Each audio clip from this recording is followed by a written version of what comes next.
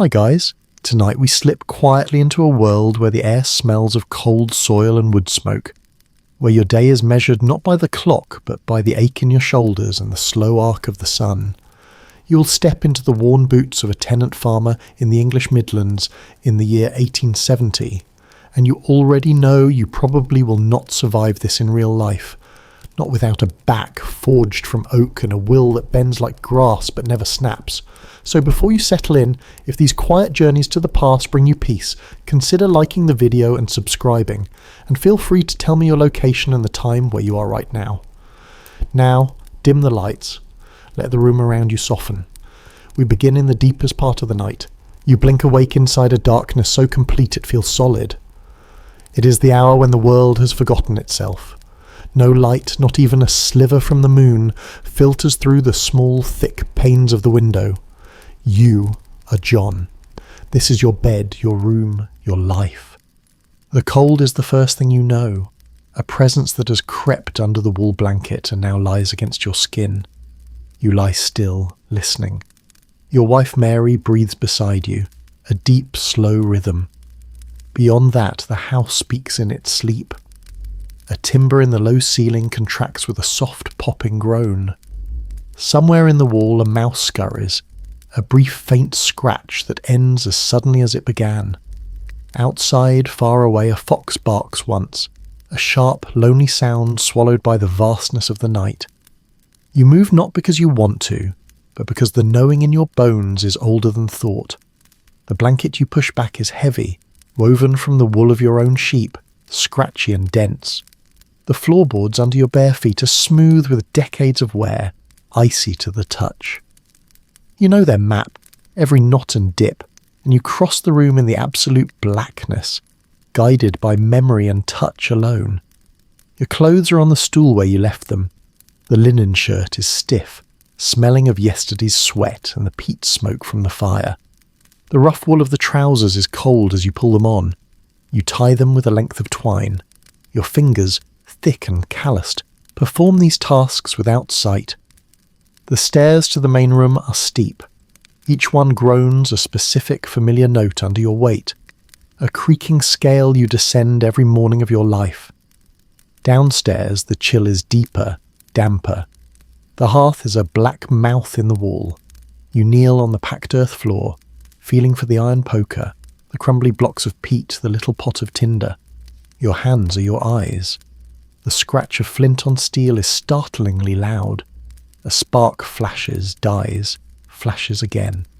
On the third try, it catches a tiny curl of dried moss. You cup your hands around it, blowing gently, until a small blue flame trembles to life.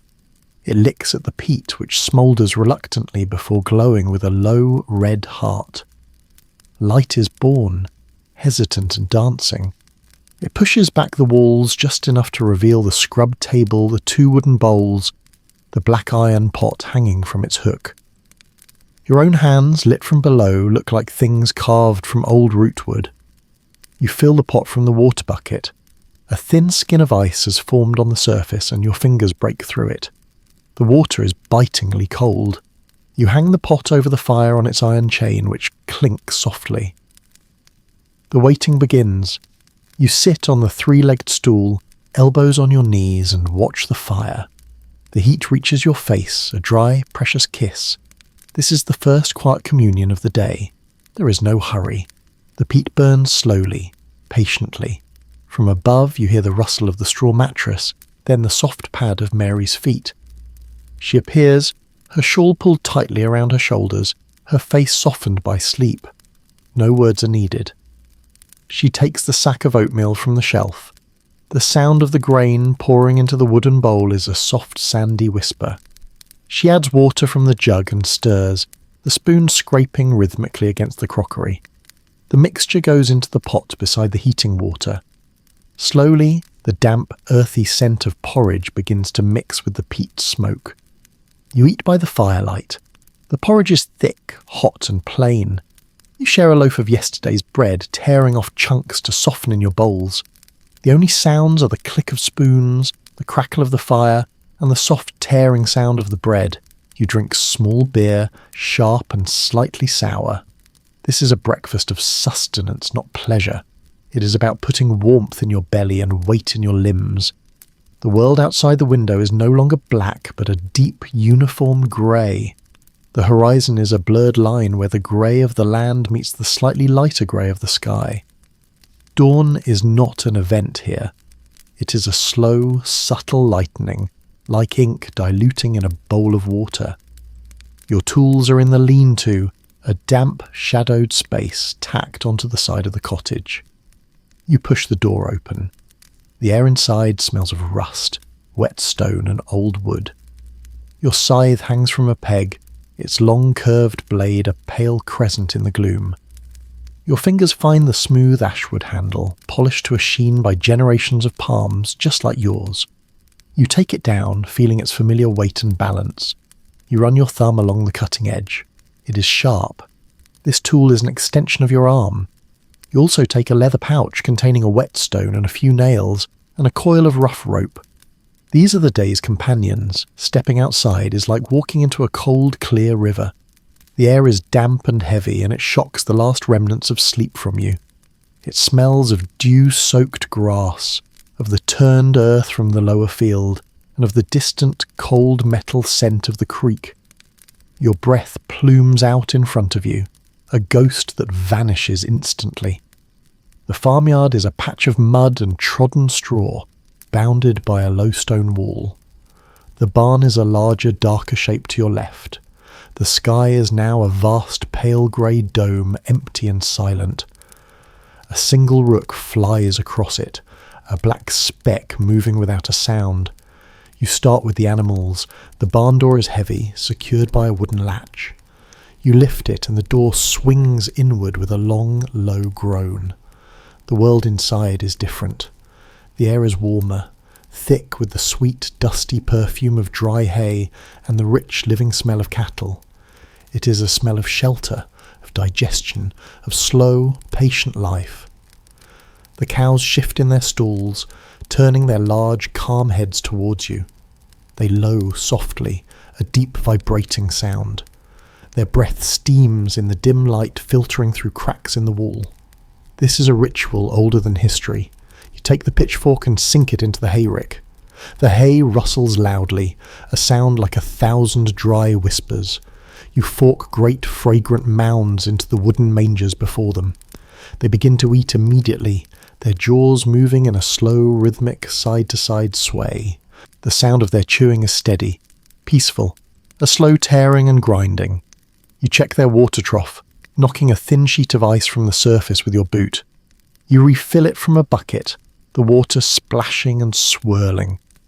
A barn cat, a grey shadow with eyes that catch the light, winds itself around your ankles for a moment, then leaps soundlessly into the loft above.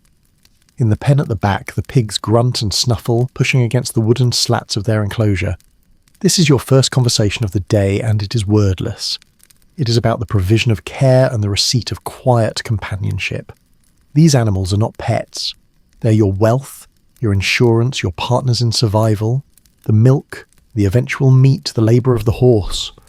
But in this quiet, misty hour, the transaction feels pure, simple. You lean against the stall for a moment, your forehead almost touching the warm flank of the oldest cow. Her hide is rough, her heat palpable. You close your eyes and just listen to the symphony of their chewing and breathing. Historians can write all they like about agricultural output and living standards, but they cannot capture this silence, this shared muddy warmth. You stay until your own breathing has slowed to match theirs. Then you pick up your scythe. The yard awaits, and the grey light is strengthening. The real work of the day is about to begin. The scythe feels different outdoors. In the lean-to, it was an object. Here, in the damp open air, it becomes a verb, an intention. You walk across the farmyard, your boots sinking slightly into the mud, and push through the wooden gate into the lower field. This is the field you ploughed and harrowed last week. The task now is to clear the last of the winter's stubborn growth from the headlands, a tangle of tough grasses, thistles and scrub that borders the stone wall. It is not the main harvest, but it is necessary. It is the tidying of the edges, the defining of order against chaos, You stop at the edge of the tangle. The light is flat and grey, revealing no shadows, making the world seem two-dimensional. You spit on your palms, a quick habitual motion, and rub them together before gripping the smooth ashwood handles. The stance is automatic. Feet shoulder-width apart, left foot slightly forward. You swing the scythe back in a low, careful arc, feeling the weight of the blade at the end of the snath. Then you bring it forward and across your body in one fluid, continuous motion. The sound is not a slash, but a crisp, clean asterisk, swish, thud, asterisk. The blade parts the dense stems at their base. A handful of nettles and tough grass topples over in a slow, graceful fall. The smell released is green and sharp, a pungent chlorophyll scent that cuts through the damp air. You take a small step forward with your right foot, reset your stance, swing back. Asterisk, swish, thud, asterisk. Another step, swing, asterisk, swish, thud, asterisk. This is the rhythm. It is not fast. Speed would ruin the edge, waste energy, make the work dangerous. It is a slow, metronomic pendulum. Asterisk, swish, thud, asterisk. Step, asterisk, swish, thud, asterisk. Step. Your world narrows to the arc of the blade, the small patch of ground in front of you, the fall of the stems. Your shoulders begin to burn, a good deep burn. Your breath settles into the rhythm, in as you swing back, out as you swing through and cut. This is the work that empties the mind. There is no room for thought beyond the next swing, the next step. You become the motion. The ache in your muscles is not a complaint, but a confirmation of purpose. You are here. You are doing. This is what your body is for. Historians and poets might later romanticize this as a connection to the earth, a pastoral idyll. But in this moment, it is neither romantic nor grim. It is simply fact. It is the application of force to matter, the slow reclamation of space for the sown seed. It is as fundamental as breathing. You work for what feels like an hour, the pile of cuttings growing along the stone wall. The grey sky seems to press down, a lid on the world. A light drizzle begins, not enough to soak you, but enough to bead on your wool coat and dampen your hair. The sound of the scythe changes slightly. A wetter asterisk, swish asterisk. The cold moisture on your face is relief against the heat building under your clothes. You stop only when you feel the first whisper of a blister forming on your right palm, where the handle rubs a particular spot. You lay the scythe down carefully on the clean grass and flex your hand. The fingers are stiff. You look back at the work. A long, clean swathe has been cut along the wall, revealing the dark, wet soil beneath. The order is satisfying in a way that is deeply silent. No one will praise this work. It is invisible background. But you see it. You know it is done. The drizzle persists. You pick up the scythe and walk back towards the barn. Your steps slower now. The morning's porridge has been burned away. A hollow, gnawing feeling has taken root in your stomach. It is not yet noon, but the body's clock is relentless. As you put the scythe away in the lean-to, you see Mary through the open cottage door. She's at the table rolling out dough for bread on a flowered board. She looks up, meets your eye and gives a single small nod. It says everything. The bread will be ready soon. The stew is simmering. The children are occupied. The world, inside the cottage walls, is in order. You pump water at the yard's trough, the handle shrieking in its iron bracket. You cup your hands under the cold, clear stream and drink deeply. The water is so cold it makes your teeth ache. But it is good. It washes the dust from your throat. You splash some on your face, the shock of it clearing the last fog of repetitive labour from your mind. The next task is with the horse boxer. He's in his small paddock, standing stoically in the drizzle. You bring him into the barn and set to brushing him down. This is a different kind of rhythm, softer, circular. The brush rasps against his coat, lifting dust and loose hair. His skin twitches occasionally under your touch. He is warm, solid, alive. You talk to him in a low murmur, not words, just sounds. Comforting, familiar sounds. The work with the scythe was conquest. This is communion. The smell of horse, of oiled leather from the bridle hanging nearby, of damp wool and dry hay. This is the smell of your partnership with this animal. He will pull the cart to market. He will help harrow the field next week. For now, you brush him, and he stands patiently, his large liquid eye half closed. Some farmers wrote in almanacs about the importance of kindness to beasts for efficient labour. Here, it is simpler. You rely on each other. The kindness is a practical necessity woven into the fabric of the day. By the time you finish, the drizzle has stopped. A fragile, watery brightness is trying to break through the cloud cover. The smell of baking bread drifts from the cottage, a scent so profoundly good it seems to warm the air itself. Your stomach clenches in response. The morning's work is done, the field's edge is cleared, the animals are tended, the silent rhythmic negotiation with the land is, for a short while, suspended.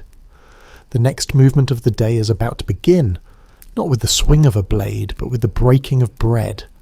The smell of the bread is not just a scent, it is a compass needle, pulling you across the yard and through the low doorway. Inside, the world has transformed again. The single room is filled with a thick, golden warmth, radiating from the hearth where the Dutch oven nestles in the embers. The air is a tapestry of smells.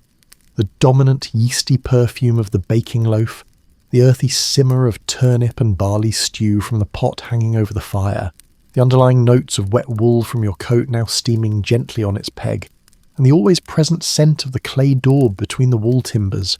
After the vast damp greyness outside, this feels like entering the heart of something small, fragile and fiercely protected. Mary is at the table, slicing a hard white cheese onto a wooden platter. She does not look up as you enter, but her shoulders relax a fraction. The children are on the floor near the hearth, the boy whittling a stick, the girl simply staring into the flames, her face calm and empty.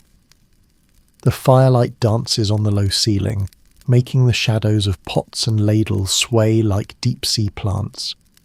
You sit on your stool, the one that fits the hollows of your body, and the heat from the fire soaks into your legs. For a long moment, you do nothing.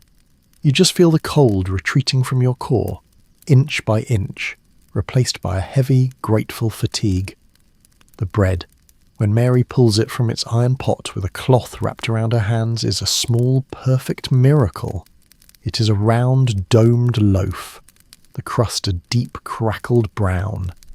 She sets it on the table, and it makes a solid, satisfying asterisk thump asterisk. The sound seems to hold the weight of the grain, the sun of last summer, the turning of the millstone, her labour at the kneading trough. She cuts it with a heavy knife, and the crust shatters audibly. The inside is revealed, not pure white, but a creamy, wheat-coloured landscape of soft, steaming alveoli. The smell that rushes out is so profoundly good, so simple and complete, it feels like forgiveness for all the morning's toil. You eat in silence. The stew is thick, salty, warming. You dip a hunk of the fresh bread into it, and the soft interior soaks up the broth, becoming a dense, flavourful sponge that you chew slowly. The cheese is sharp and crumbly. You drink small beer from a chipped mug. This is not a meal for conversation. It is a ritual of refuelling.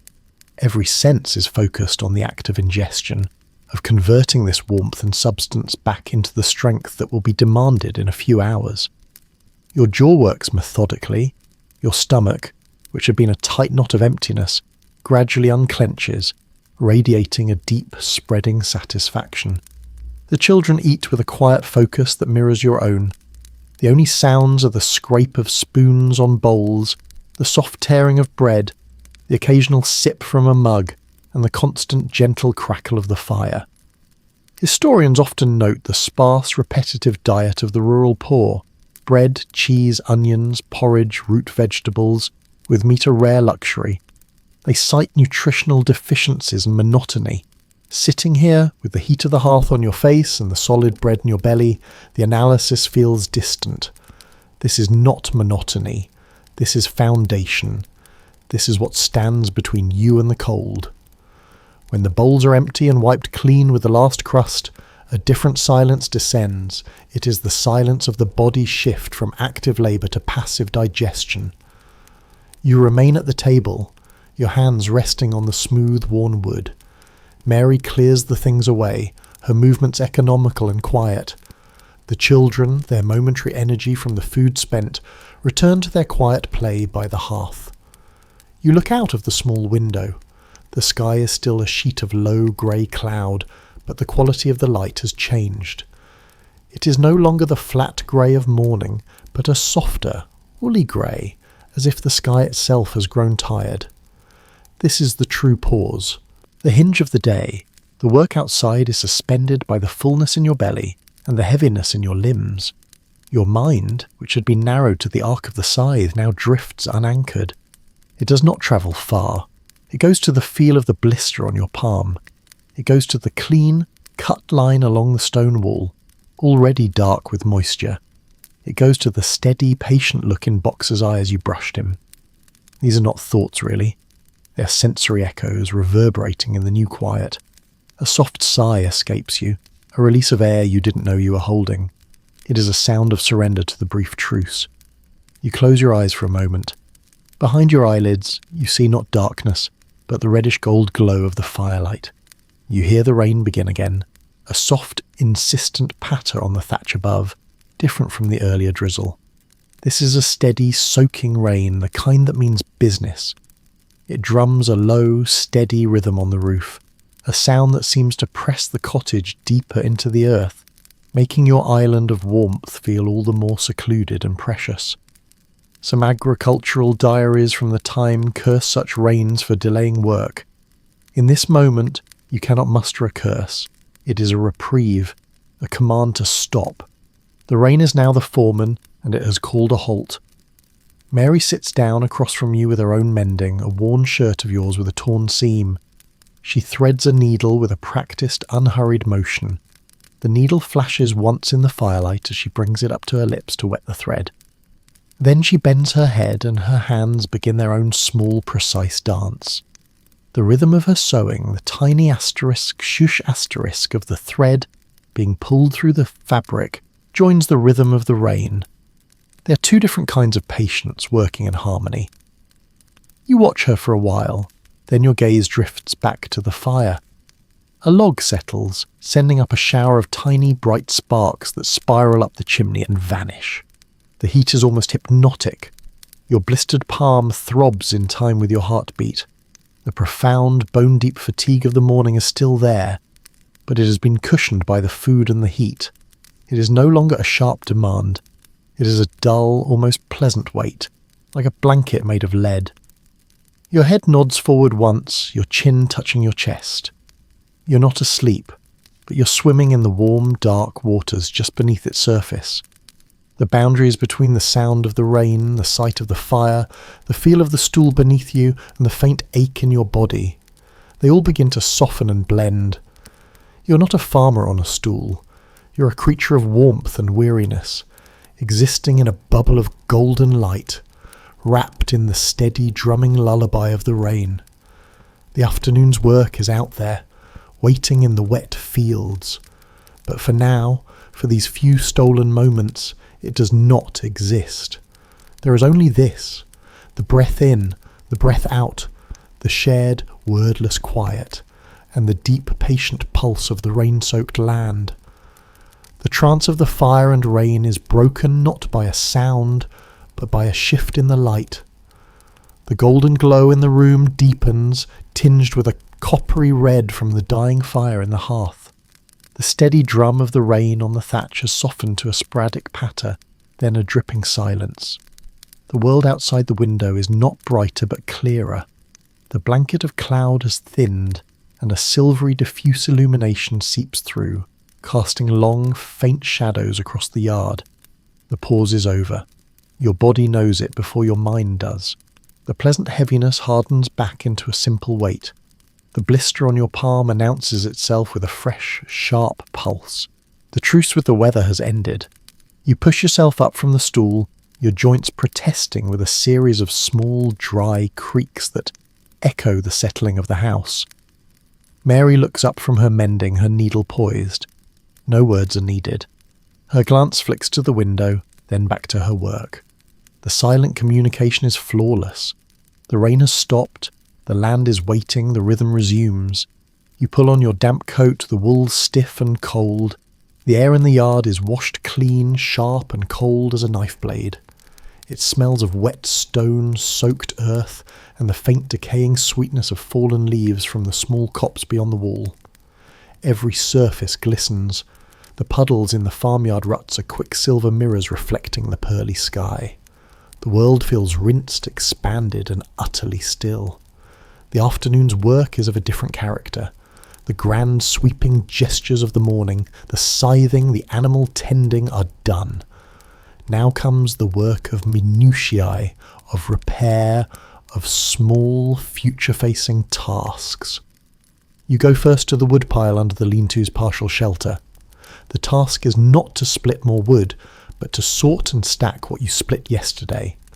The logs are damp on their barked sides. You lift them one by one, feeling their weight and density, arranging them in a crisscross pattern that will allow air to circulate and dry them. Oak, ash, a little beech. Each piece has its place. The sound is a series of solid, muffled thuds as you build the stack higher against the stone wall. This work is quiet, meditative. It is about order. It is the building of a slow-burning treasure, the currency of winter warmth. Your mind is free to wander as your hands perform their simple stacking logic. You think of nothing in particular. You hear the drip of water from the thatch. You watch a robin land on the stone wall, its breast a vibrant flash of orange against the grey before it flits away. Next, the tools. The scythe needs attention. You take the whetstone from its leather pouch, sprinkle a few drops of water from the trough onto its surface, and sit on an upturned bucket. Holding the scythe blade steady between your knees, you begin to draw the stone along its edge in long, smooth, rhythmic strokes.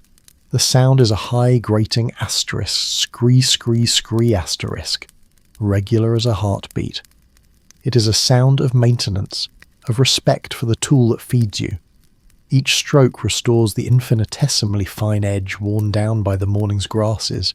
You lose yourself in the repetition, in the feel of the stone against the steel, in the faint metallic smell released by the friction. This is a conversation between stone and iron, mediated by your hands. It is one of the oldest conversations in the world. When you test the edge with your thumb, it catches the skin with a clean, sharp promise. It is ready again. The drizzle begins once more, a fine, cold mist that hangs in the air rather than falls. It is not enough to drive you inside, just enough to bead on your eyebrows and the wool of your shoulders. You decide to walk the boundaries. This is less a chore and more a ritual of observance. You leave the yard through the gate and walk slowly along the muddy path that skirts your rented fields. The ploughed earth of the lower field is dark and saturated, smelling rich and cold. The cleared headland looks neat, the cut stems already beginning to wilt. You scan the hedgerow not for beauty, but for gaps where a sheep might push through, for signs of rabbit burrows, for the health of the blackthorn and hawthorn that form your living fence. Your eyes are tools, measuring, assessing. You stop at the highest point of your land, a slight rise that gives a view of the patchwork of fields stretching to the horizon. In the distance you can see the steeple of the parish church, and beyond it, the dark wooded fringe of the squire's estate. The world feels immense and small all at once. You're a tiny figure on this vast, wet canvas, yet your entire universe is contained within the stone walls and hedgerows you can see from here. A farm labourer's world, historians note, was often bounded by the distance he could walk in a day and return. Your world is bounded by the needs of these few acres. The view does not inspire longing or poetry, it inspires quiet, grim satisfaction. It is all here. The challenge, the sustenance, the life. It is enough, and it is everything. The walk continues, a slow patrol. You check the gate to the sheep pasture, its hinge stiff but holding. You notice where a branch has fallen from an old ash tree and make a mental note to saw it for firewood later. You see the first green spikes of daffodils pushing through the wet earth by the hedge. A silent, defiant promise that the wheel is still turning, that winter's grip is slipping. You do not smile. but something eases inside your chest. It is a fact, noted and filed away. By the time you circle back to the cottage, the afternoon is waning. The silvery light is fading back into a uniform grey, and the cold is deepening with the promise of evening. The physical catalogue of your day is now extensive and layered. The deep burn in the shoulders from scything, the specific ache in the lower back from stacking wood, the cool, damp sensation of your trousers from kneeling on wet ground, the raw patch on your palm, the general solid fatigue that has settled into your marrow. It is not a complaint. It is a ledger, and every entry is honest. You see Mary in the kitchen garden, a small fenced plot behind the cottage. She's on her knees digging with a hand trowel, planting out the hardy onion sets she saved from last year. Her movements are quick, precise, a different kind of labour from yours. Yours is about force and endurance. Hers is about nurture and precision. You watch her for a moment, this small, determined figure working the dark earth, her breath a faint plume in the cold air. Your orbits, so separate through the day, are about to converge again in the warmth of the hearth. The light is almost gone. The long, grey, patient day is drawing in. The final movement is about to begin. The turning inward, the closing of the circle, the slow surrender of the waking world to the realm of firelight, quiet and the deep, beckoning dark. The coppery light is gone, drained from the room, as if by a silent siphon. Now, the only light comes from the hearth, a deep, pulsating glow that paints the walls in shifting shades of orange and black, and from the single precious tallow candle on the table. Its flame is a tiny, struggling sun in a pool of its own melted fat, throwing long, trembling shadows that make the familiar room seem cavernous and strange. You have closed the door on the vast, wet greyness, latched it against the creeping chill. Inside, the world has contracted to this circle of warmth, this island of crackling light and deep, sighing shadow. You sit on your stool, the one that fits you, and let the fire's heat work on your bones.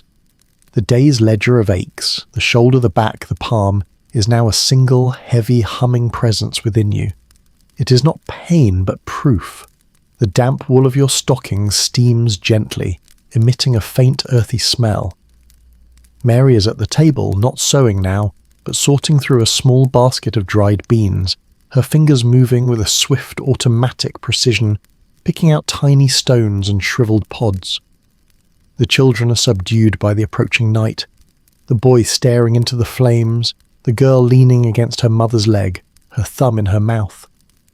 The only sounds are the soft rustle of the beans, the occasional spit and crackle from the fire, and the low, constant sigh of the wind under the eaves. This is the evening's quiet industry. There are no grand tasks, only the small closing rituals. You take the knife and a piece of seasoned wood from the pile. You're not making anything specific. You're shaving for the pot, as your father called it, smoothing a branch of ash into a stirrer or a peg, its final use not yet decided. The long, curling shavings fall to the earthen floor at your feet, releasing a clean, sweet smell of sap and grain. The repetitive pull of the blade, the resistance of the wood, the growing pile of delicate curls. It is a small, controlled act of creation. It requires just enough attention to keep the wandering thoughts of the day at bay, but not so much that it feels like labour. It is the mind's equivalent of the body settling. Mary rises and brings the stew pot to the table. The evening meal is the same as the noon meal, but thicker now, the flavours deepened by hours of slow simmering. The bread is yesterday's loaf, hard but softened in the broth. You eat again, slowly. The warmth spreads from your belly outward.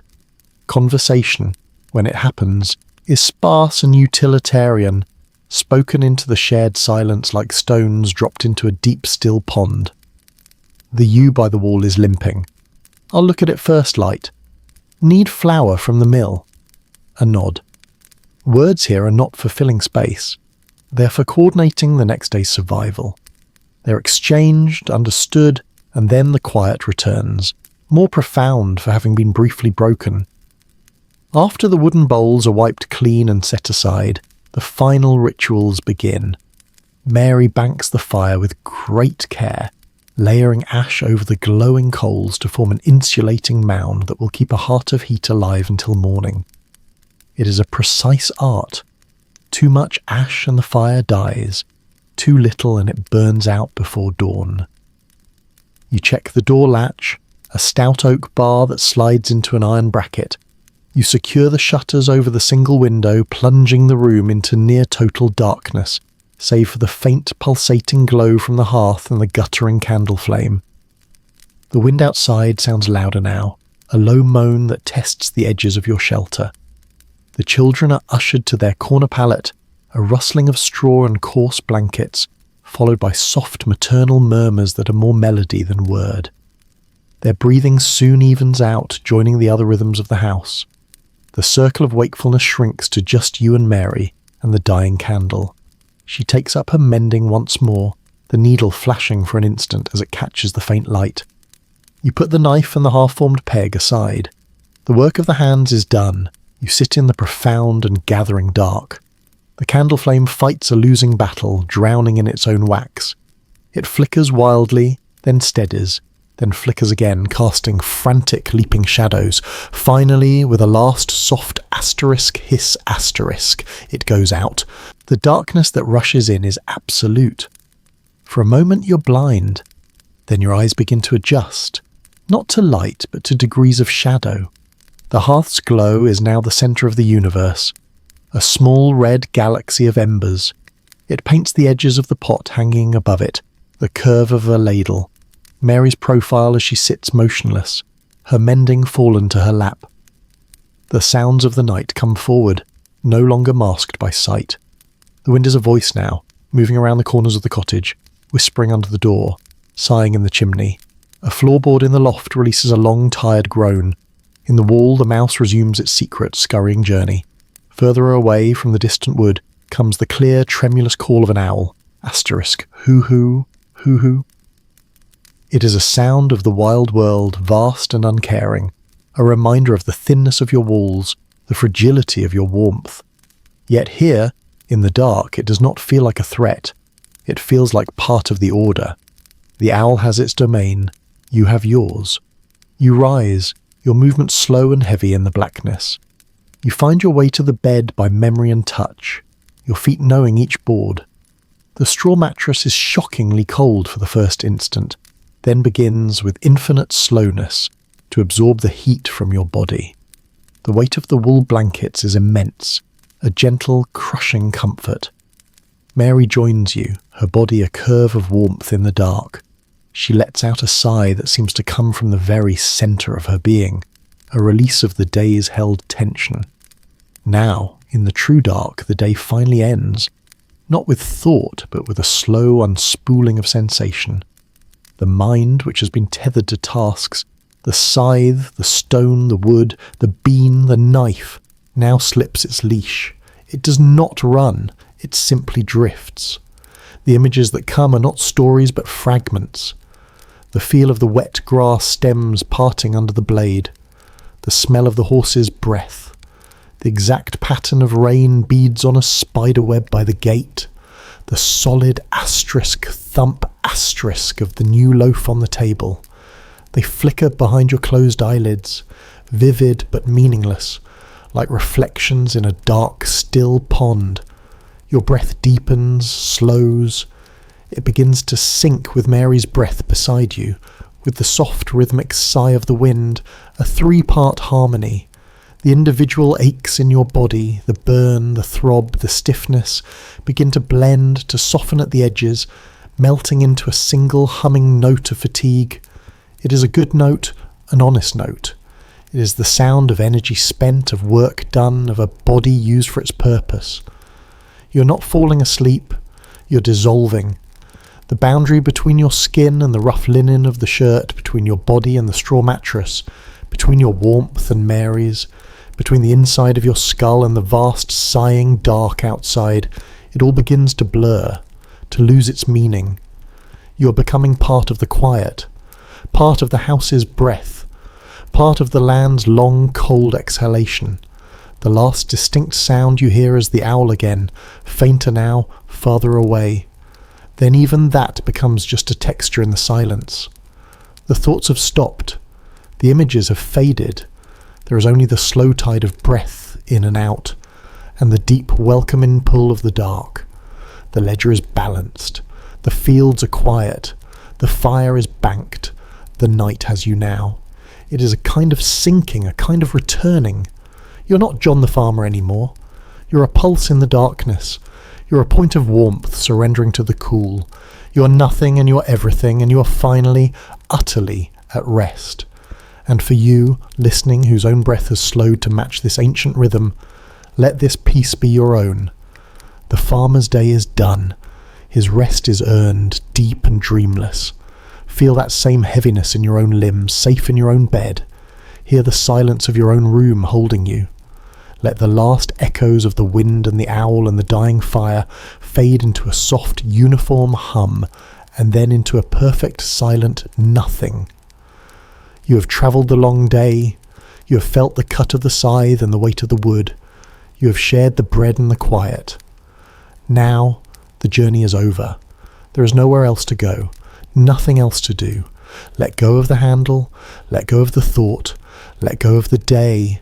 Just breathe, just sink, just be carried away down into the soft, starless, boundless depths of a sleep that is as old as the soil, and as renewing as the dawn that will in its own time quietly begin again. Deeper now, slower, gentle. The darkness is complete. It is no longer an absence of light, but a substance, a velvet silence that has weight and depth. The final faint glow from the banked hearth has been swallowed. The house has stopped its settling groans. Even the wind has stilled, as if the world is holding its breath in the deepest hour before dawn. You are not awake. You're not asleep. You exist in the quiet place between, where the body is dissolved into the bed and the mind has become a formless drifting cloud. The hard edges of the day, the scythe handle, the plough's pull, the chill of the pump, are gone, softened into mere memory without form. There is no dream, only a profound and blank awareness of being at rest. In this void, the smaller sensations become vast. The slight prick of a stray piece of straw through the coarse sheet against your calf is a distant star in the blackness of your body. The warmth where your shoulder touches Mary's back is a continent of heat. Your own heartbeat is a slow, deep drum, a signal from the core of your being, reminding you that you are alive, that you are here, suspended in the cradle of the night. Then, the first sound. Not from outside, but from within the room. A soft, rhythmic, grinding whisper. It is Mary, gently grinding her teeth in her sleep. It is a tiny human sound, fragile and familiar. It does not disturb, it anchors. It is proof of another consciousness sharing this dark vessel, another soul adrift in its own private sea of rest. You listen to it, and it becomes a metronome, measuring the slow passage of this timeless hour. A scent drifts into your awareness. Not the smell of the room, but the ghost of a smell, carried on a memory so faint it has no image attached. It is the smell of sun-warmed hay from a July afternoon years ago. It is not a thought, just a sensory ghost that floats through the sleeping mind and is gone, leaving behind a trace of golden warmth in the dark. Time has no meaning here. It could be minutes, it could be hours. The body's need for rest is absolute, and the mind has surrendered all duty of keeping track. You're floating in a warm, silent ocean, buoyed by the weight of your own exhaustion. The accumulated fatigue of the day is not a burden now, but a gentle gravitational force pulling you deeper into the stillness. It is a pleasant heaviness in every limb, a liquefaction of bone and muscle. Slowly, imperceptibly, a new sensation begins to weave itself into the fabric of the dark. It's not a sound, but a feeling of pressure changing in your ears. A slight cool draught stirs the air by the bed. The world outside is beginning to stir. The massive turning wheel of the atmosphere is shifting its weight. Dawn is still far off, but its first faint preparations are being felt in the subtle currents that find their way through the chinks in the stone and daub. This draught carries with it the clean, iron-cold smell of night dew on frozen grass, a scent purer and sharper than anything in the day. In the far corner, one of the children mumbles a single nonsensical word in their sleep.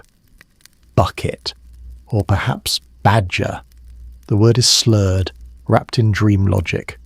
It hangs in the air for a moment, a perfect, mysterious gift from the land of dreams, then dissolves. The silence that follows is even deeper, as if the house itself is listening to the echoes of its own sleeping inhabitants. Your breathing has become so slow, so shallow, it is almost not there. The rise and fall of your chest is a minute movement. You're conserving heat, conserving energy, existing at the lowest possible setting. In this state, the boundary between yourself and the quiet house blurs entirely. You are the still air in the room. You are the heat held under the blankets. You are the patient, waiting darkness. A distant physical memory surfaces, not as a thought but as a faint echo in the nerves of your right hand.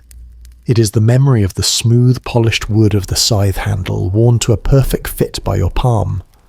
The memory has no context. It is just the feeling of smooth, cool, living wood. It lingers for a few heartbeats in your sleeping hand, a phantom tool, then fades back into the numbness. This is the true core of the night. The time of animal rest. The brain is offline. The body is on standby. History, duty, worry, hope, none of it exists here. There is only this primitive, peaceful state of being. Biologists would speak of slowed metabolism and cellular repair. For you, there is only the wordless, fathomless peace of not being needed, not being awake, not being anything at all except a warm pulse in a cool, silent universe. The gentle grinding of Mary's teeth has stopped. The house is utterly soundless. The draught has died. For a span of time that cannot be measured, there is perfect equilibrium. The chill of the night and the warmth of the bed are in a perfect still balance. The fatigue in your body and the rest it is receiving are in perfect balance. You are, for this suspended moment, in complete harmony with the dark world around you. You're not fighting the cold. You're not yearning for dawn. You're simply part of the night's ecosystem, a sleeping creature in its den, as natural and unthinking as a badger in its set or an owl perched in the wood. And then the softest change. A quality in the blackness behind your eyelids shifts. It is not light. It is the asterisk, potential asterisk for light. The absolute ink-black void becomes a deep velvety grey. It is so subtle you might imagine it, but it is there. The universe is beginning its slow, inevitable turn towards morning. This faint grey non-light is the first, most distant herald of a sun that is still hours below the horizon. It triggers nothing in you. No anticipation, no dread. It is merely noted by some deep reptilian part of your brain, the part that knows the cycles, that trusts them. The knowledge is filed away without disturbing the profound rest. There is no need to stir. The peace is still complete, still enveloping. The grey dark is just as welcoming as the black. You sink back even deeper into the very last layer of sleep before the cycle begins anew. The final surrender. Here, there's not even the faint awareness of breath or heartbeat. There's only a profound, blank and healing nothingness. You have travelled the full circle, from the first knowing in the dark through the firelit rituals, the muscle-straining labour, the quiet communion of the meal, the gentle unwinding by the hearth, and now into this deepest silent core of the night. The story of the day is not just over, it is absorbed. It has been metabolized by rest. For you, the listener, who has followed this sensory path all the way to its quiet end, let this final stillness be your guide. The farmer's mind is empty. His world is silent.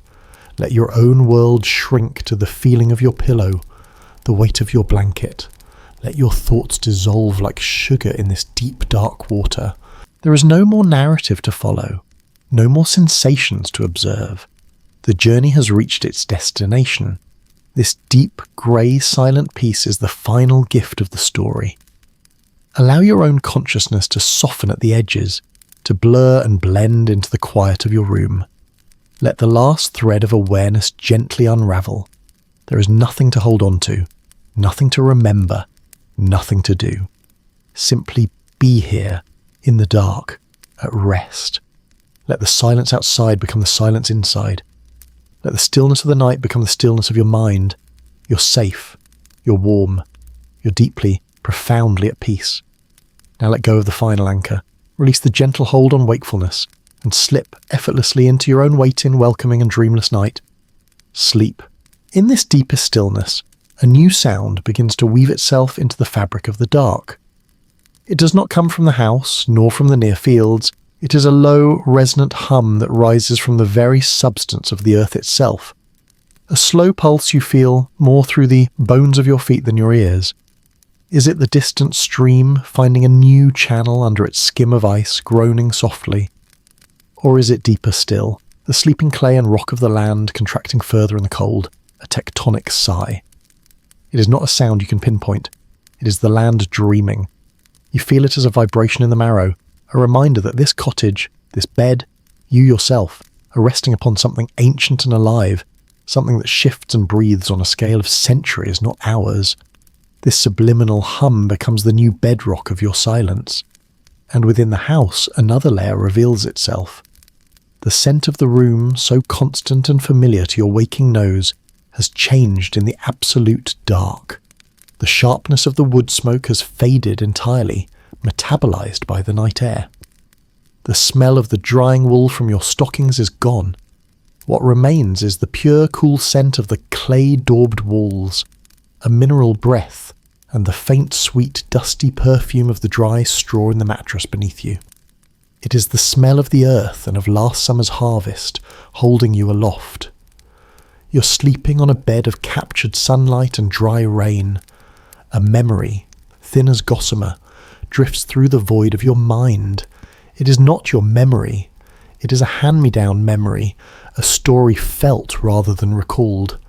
The feeling of your grandfather's hands, larger and more gnarled than your own, placing this very ashwood handle into your boyish palms. No words, just the solemn transfer of weight, of responsibility. The memory has no face, no voice. It is only the feeling of smooth wood, the shadow of a large hand over yours, and a sense of profound continuity. It is the past, sleeping within you. The deep grey non-light behind your eyelids undergoes another transformation. It is no longer uniform. Within it you begin to sense the faintest suggestion of shape. Not the shape of things, but the shape of the space around you. You can feel, without seeing, the volume of the room, the low press of the ceiling, the greater emptiness where the hearth is, the solid presence of the wall where the window is shuttered. Your mind, even in near total unconsciousness, maps its territory by echo and memory. You're not lost in the dark. You're precisely located within a known and loved darkness. A subtle biological rhythm you are unaware of now surfaces. It is the slow, tidal circulation of your own blood. You feel it as a gentle pulsing warmth in the core of your chest, a soft, internal lighthouse flashing in the cavern of your ribs. With each faint pulse, a wave of warmth radiates down your arms to your fingertips, down your legs to your toes, a miniature, life-giving sun distributing its energy to the farthest shores of your body. This is the work of rest, the repair, the quiet, miraculous redistribution of resources that will fuel the next dawn. Outside, the world remains still, but its stillness has texture. The absolute silence is replaced by a sound so high and faint it lives at the very edge of hearing. It is the sound of the cold itself, the freezing of the last moisture on the thatch, the microscopic cracking of a frosted leaf on the ground. It is a crystalline, ringing silence, a positive sound of suspension, of the world holding its breath in a frozen moment. You and Mary have turned in your sleep, as naturally as planets making a minor adjustment in their orbits. Your back is now to her back. Two sources of warmth sharing a narrow island, conserving heat. The point of contact between your shoulder blades is a continent of shared life. Her breath, now a soft, whispery sigh, harmonizes with yours. You're two animals in a den, bound by simple, physical necessity and a trust deeper than words. The profound nothingness at the core of your sleep begins to soften, not towards wakefulness, but towards a new quality of rest. It is as if the deepest black of a pool is giving way to a softer, warmer dark from below.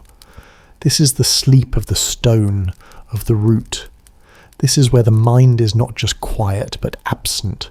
The sense of you dissolves completely. There is no watcher, no listener, no feeler. There is only the continuous slow rhythm of breath and blood, operating on the authority of a will older than thought.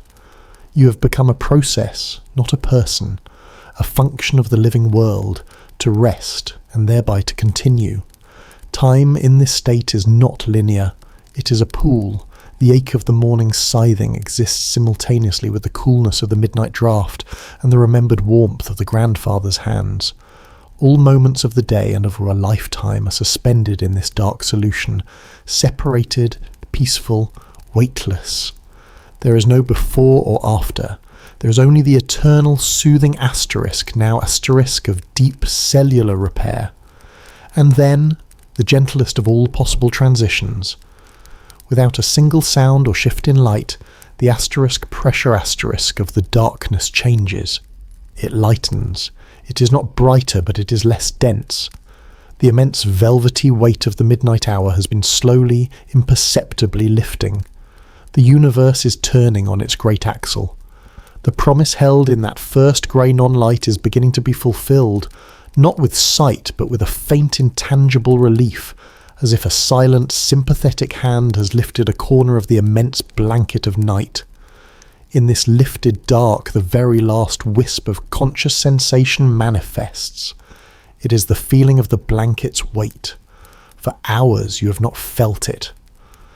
Now, in the final hour of true rest, you become minutely aware of its gentle, even pressure again, not as a burden, but as a definition, a loving boundary between yourself and the cool air. It is the soft, final embrace of the night, holding you secure for a little while longer. You do not move towards dawn. Dawn, in its own infinite patience, is beginning its long, slow approach towards you. Your passive recipient, a creature being prepared for the return of the world. Every muscle fibre, every tired synapse, every chilled extremity has been soothed, warmed, and gently tuned. The ledger of fatigue is not just balanced, it has been transformed into potential. The rest is nearly complete.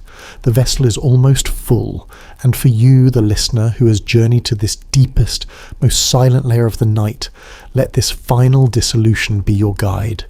The story has given you all its images, all its sounds, all its sensations. It has led you to the threshold of wordless, thoughtless peace. Here, even the voice of the narrative must fall silent. There is nothing more to describe, because there is no one left to describe it. The farmer has become a breath. The room has become a space. The night has become a condition. So release the last gentle hold on this tale. Let the words fade from your mind as the images of field and fire have faded from his. Feel your own body as this vessel of warm, silent potential. Hear your own breath as this slow, tidal rhythm. Sense the gentle weight of your own covers as this final, loving boundary. You're in the still centre, the quiet core. The work is done. The rest is won. Now, let the silence that follows these words be the same fertile healing silence that fills the cottage, that cradles the land, that holds the sleeping world. There is no more to do. There is no more to follow. There is only this perfect, empty, waiting peace. Let it fill you, and sleep. In this profound and wordless dark, a final, delicate layer of awareness detaches itself. It is the awareness of awareness itself. flickering one last time before being fully absorbed into the void. You do not feel your body as a collection of parts, the sore shoulder, the chilled feet, the work-roughened hands. Instead, you feel it as a single unified field of warmth, a soft, glowing coal of life buried deep beneath the layers of wool and straw. The boundaries have dissolved completely. You're not asterisk in asterisk the bed. You and the bed are a single entity, a gentle mound of preserved heat in the vast, cool room. The silence, too, has transformed. It is no longer an absence of sound, but a presence with its own texture, a soft, dense, velvety material that fills the space. Into this material, the most infinitesimal sounds are woven. The sound of your own eyelid, a dry, faint rustle as it makes a microscopic movement over the sleeping eye beneath. The almost imperceptible asterisk, click asterisk, deep within your ear as a small muscle relaxes. These are the sounds of the machine of the body winding down to its lowest, most essential idle. And with the silencing of the external world, the internal landscape grows vivid in its subtlety. You become aware of the slow, majestic journey of your own breath, not just at the nostrils, but as a cool river flowing down into the deepest branches of your lungs, and then a warm tide flowing back out, carrying with it the spent essence of the day. Each exhalation feels like a gentle release of the very last mote of dust from the threshing barn, the last memory of effort. A thought or the ghost of a thought tries to form. It is about water, the need to check the ice on the trough at first light. But before it can even coalesce into words, the deep, warm darkness of your rest rises up and envelops it, dissolving it into nothingness. The mind, so disciplined and focused for all its waking hours, is now utterly disarmed. It cannot hold a worry. It cannot craft a plan. It is being gently, firmly washed clean. Outside, the universe continues its patient work. A star, invisible behind the thick cloud, meets the curve of the atmosphere and winks out. A single, frozen droplet of dew loosens its grip on a blade of grass by the wall and falls, a fall of a few inches that makes no sound upon the earth. These events are of cosmic and microscopic significance, and you are equally unaware of both. You are held in the perfect balance between them, a creature suspended in the great indifferent beautiful pause.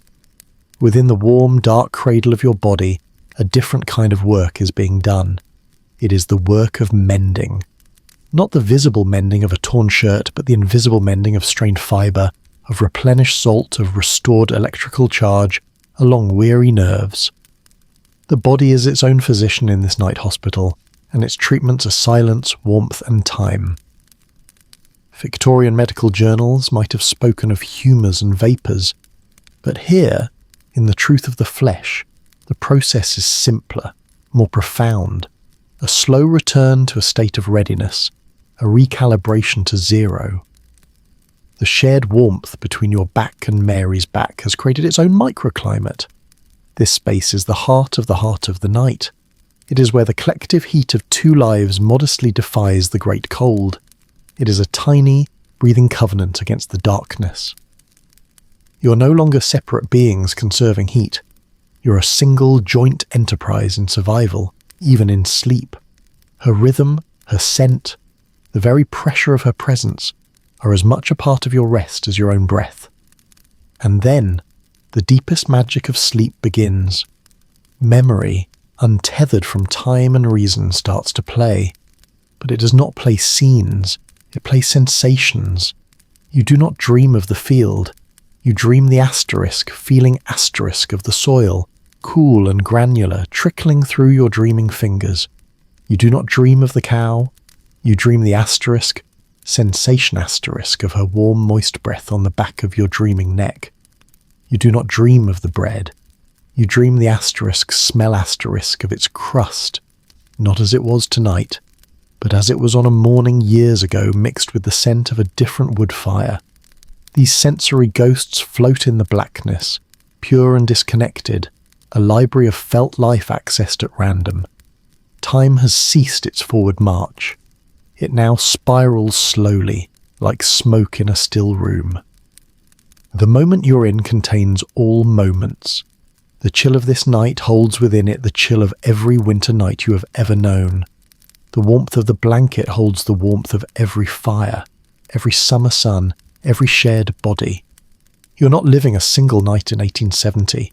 You're immersed in the essence of asterisk. Night asterisk itself, the ancient repeating cycle of exertion and surrender that defines a life bound to the land. The quality of the darkness begins its most subtle shift. The deep uniform black softens at one indefinable edge, not with light, but with a faint lessening of resistance, as if the darkness is becoming more permeable. It is the first, most distant intimation of the world beyond this room, beyond this sleep.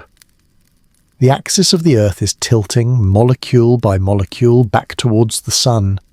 Your spirit, still submerged, senses this cosmic reorientation as a gentle gravitational nudge towards the surface of wakefulness, though the surface is still hours away. You're now at the still point of the turning world. All momentum from the day's labour has been absorbed. All potential for the coming day is quietly, invisibly coalescing. You are the quiet centre, the blank page between chapters, the held breath between heartbeats, and for you, the listener, who has stayed in this deep place, let this final stillness be absolute. Let the descriptions cease to be words and become merely a soft, rhythmic sound in your mind, a lullaby without melody. Let your awareness of your own body, the weight of a limb, the rise of a chest, the touch of fabric, be the only story left. The farmer has journeyed beyond the reach of narrative into the realm of pure being. Follow him there. There is no more past, no more future, no more story. There is only this dark, this warmth, this slow, silent, perfect return to the source of all strength. Let it carry you the final distance, into the deepest, most restorative silence you have ever known. Sleep.